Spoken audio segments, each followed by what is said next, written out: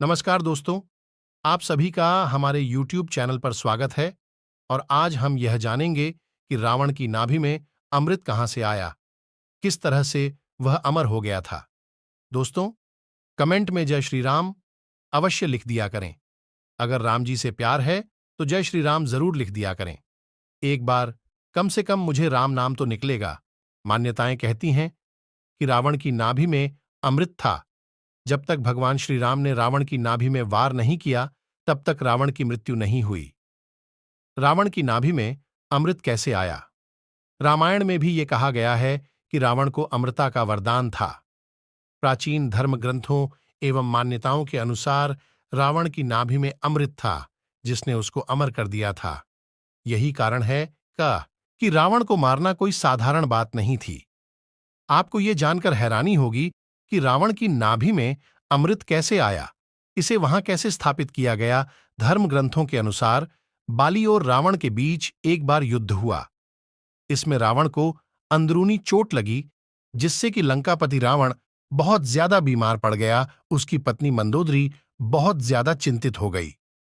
उसने मन ही मन में तय किया कि मैं महाराज रावण को अमर बनाकर ही रहूंगी। मंदोदरी अपने माता पिता के पास पहुंची। वह मैदानव की बेटी थी। उसके पिता अद्भुत ताकतों के स्वामी थे। मां कई शक्तियों से लैस थीं। अमृत कलश चंद्रलोक पर था। वहां मंदोदरी जा नहीं सकती थी, क्योंकि उसके पास उड़कर जाने की शक्ति नहीं थी। उसके मां पति ने ये शक्तियां उसे दीं। वह उड़कर चंद्रलोक गई। हालांकि वहां जाकर भी वहां के अमृत कलश कुंड से अमृत की कुछ बूंदें लाना भी आसान नहीं था।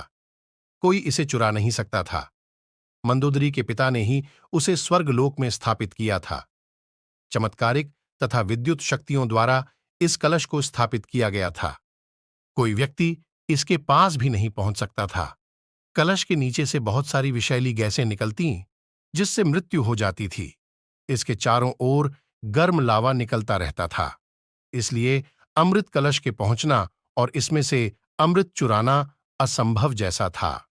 चंद्रलोक का एक नियम है कि चंद्रदेव साल में एक बार अश्विन मास की पूर्णिमा, शरद पूर्णिमा के दिन इस अमृत कलश को वहां से निकालते हैं। तब धरती कुछ बूंदें गिराते हैं। मंदोदरी के सामने ये अच्छा मौका था। जिस दिन मंदोदरी चंद्रलोक गई, उसके 2 दिन बाद ही पूर्णिमा थी। जैसे ही पूर्णिमा की रात चंद्रदेव ने अमृत कलश वहां से बाहर निकाला, तभी रावण की पत्नी मंदोदरी मौका पाकर अमृत कलश चुराकर भागने लगी। देवताओं को इसका पता लगा। उन्होंने मंदोदरी का पीछा किया। घबराई मंदोदरी ने अमृत कलश को देवलोक में एक खिड़की पर छोड़ा। खुद अमृत की कुछ बूंदें एक अंगूठी में भरकर नीचे धरती की ओर छलांग लगी दी। पति को अमर करने के काम में उसने देवर विभीषण का सहारा लिया। हालांकि विभीषण ने पहले यही कहा कि चोरी के अमृत का इस्तेमाल कतई उचित नहीं है। बाद में वह तैयार हो गए। शरद पूर्णिमा के दिन इस अमृत की बूंद को रावण की नाभि में स्थापित करने का फैसला किया गया। पहले इसके लिए अशोक वाटिका में रावण को बेहोश या अचेत किया गया। फिर विभीषण ने अमृत बूंदों को रावण की नाभि में स्थापित कर दिया। इसी के चलते रावण अमर हो गया। विभीषण ऐसे शख्स भी थे जिन्हें नाड़ी का ज्ञान था। वह उस समय के एकमात्र वैस्कुलर सर्जन भी थे। इस अमृत के बारे में विभीषण ने राम को बताया। फिर विभीषण से ये रहस्य जानकर राम ने आग्नेय बाण से उसे सुखा दिया, जिसके कारण बाद में रावण की मृत्यु हुई। दोस्तों, वीडियो पसंद आए तो लाइक सब्सक्राइब अवश्य करें। इसी तरह धर्म से जुड़े रहने के लिए। नमस्कार दोस्तों, आप सभी का हमारे YouTube चैनल पर स्वागत है। और आज हम यह जानेंगे कि रावण की नाभि में अमृत कहां से आया, किस तरह से वह अमर हो गया था। दोस्तों, कमेंट में जय श्री राम अवश्य लिख दिया करें। अगर राम जी से प्यार है तो जय श्री राम जरूर लिख दिया करें। एक बार कम से कम मुझे राम नाम तो निकलेगा। मान्यताएं कहती हैं कि रावण की नाभि में अमृत था। जब तक भगवान श्री राम ने रावण की नाभि में वार नहीं किया, तब तक रावण की मृत्यु नहीं हुई। रावण की नाभि में अमृत कैसे आया? रामायण में भी ये कहा गया है कि रावण को अमृता का वरदान था।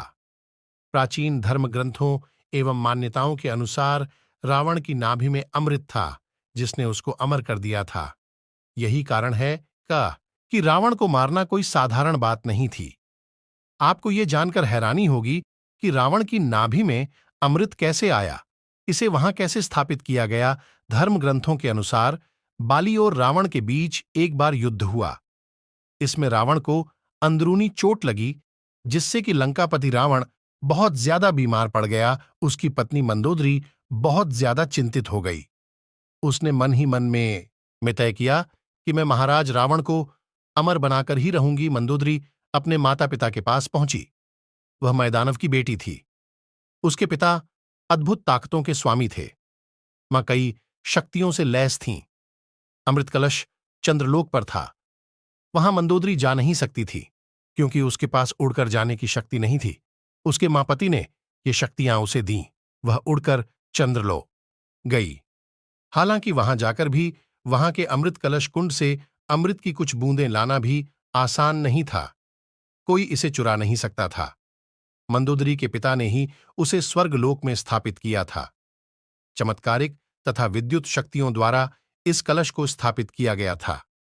कोई व्यक्ति इसके पास भी नहीं पहुंच सकता था। कलश के नीचे से बहुत सारी विषैली गैसें निकलतीं, जिससे मृत्यु हो जाती थी।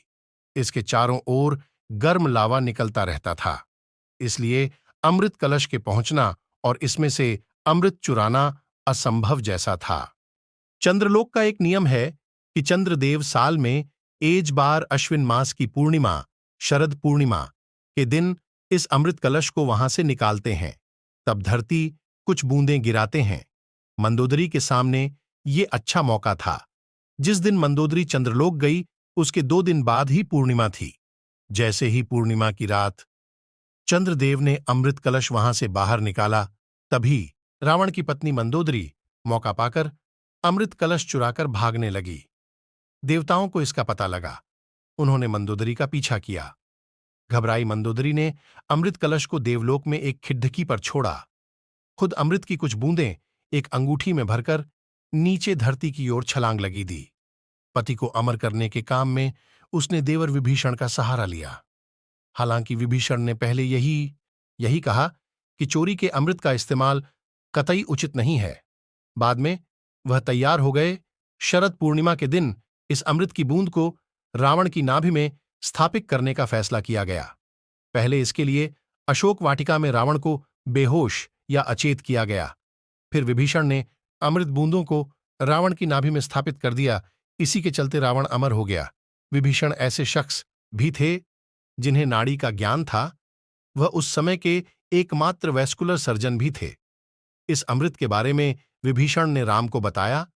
फिर विभीषण से ये रहस्य जानकर राम ने आग्नेय बाण से उसे सुखा दिया, जिसके कारण बाद में रावण की मृत्यु हुई। दोस्तों, वीडियो पसंद आए तो लाइक सब्सक्राइब अवश्य करें। इसी तरह धर्म से जुड़े रहने के लिए